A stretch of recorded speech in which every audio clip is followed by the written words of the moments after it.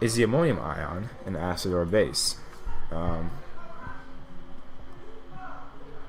an acid or a base? So, ammonium, exactly as they wrote there, NH4 plus. So, for those that may just be tuning in, um, you may not know the answer, but for those that hopefully saw me do the question of whether ammonia was an acid or a base, you should be able to answer this one. But for this one, we're going to approach it the same way. Our best friend electron configuration to say how many valence electrons. Nitrogen is helium, 2s2, 2p3. So that's 5 electrons. Hydrogen is just 1s1. That's 1 electron. So 5 plus 4 in total here. But minus 1. So it's actually going to be 8 electrons in total because of the fact that there's a plus, meaning that we lost an electron. So nitrogen is going to be having the double bond. That's the left place. Okay.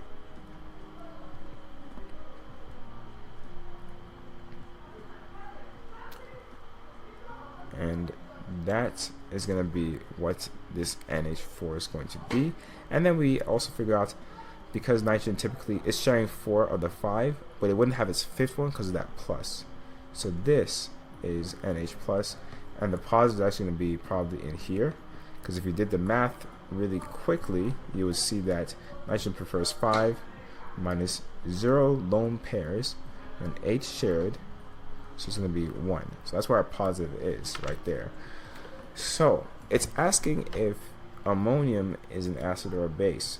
So it can actually get rid of that positive by just getting rid of the hydrogen. Okay, as I mentioned, although it loves its hydrogen bonds, it also loves being electronically stable, as in like as close to 0 as possible. So if it gave away 1 hydrogen or 1 proton specifically, so it selfishly kept the electrons, but the hydrogen, it just kicked out the hydrogen, right? That makes it a proton donor. So it's donating this H plus out, right? And if we rewrote it, for those that were here earlier, you would notice that we actually just get NH3. And if we did the math here for the nitrogen, you'll see it's 5 minus 2 plus 6 over 2, 0. So it actually now was able to meet its requirement. Although it did lose a very favorable hydrogen bond, which it likes, it actually now is a balanced, as in it's now the electron number is now 0.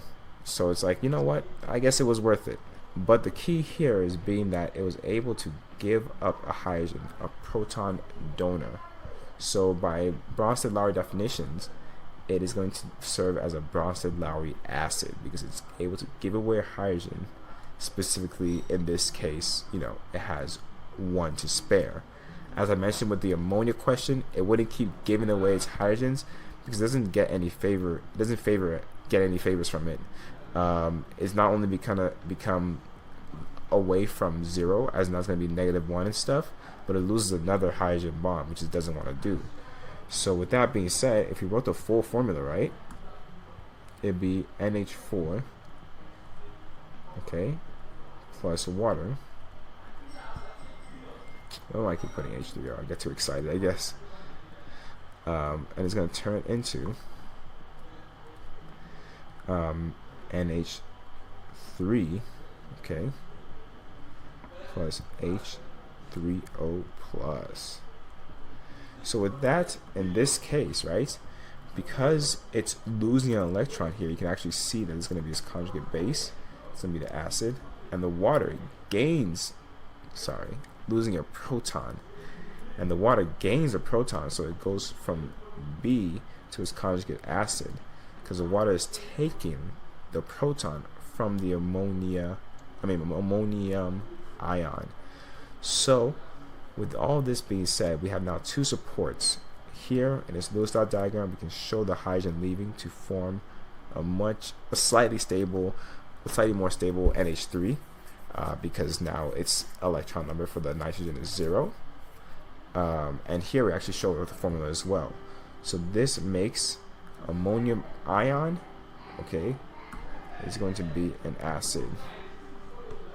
Okay, so that is the answer to that question, and let's see how they did. Bromide acid donates, base accepts. So we got that part right. They have this formula showing like the opposite, but realistically speaking, you can write it like this as well, because it's saying the same thing. And you can see here the hydroxide takes away the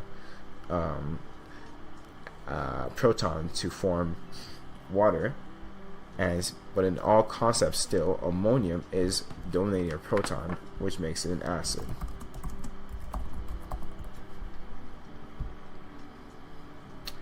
So yeah, and now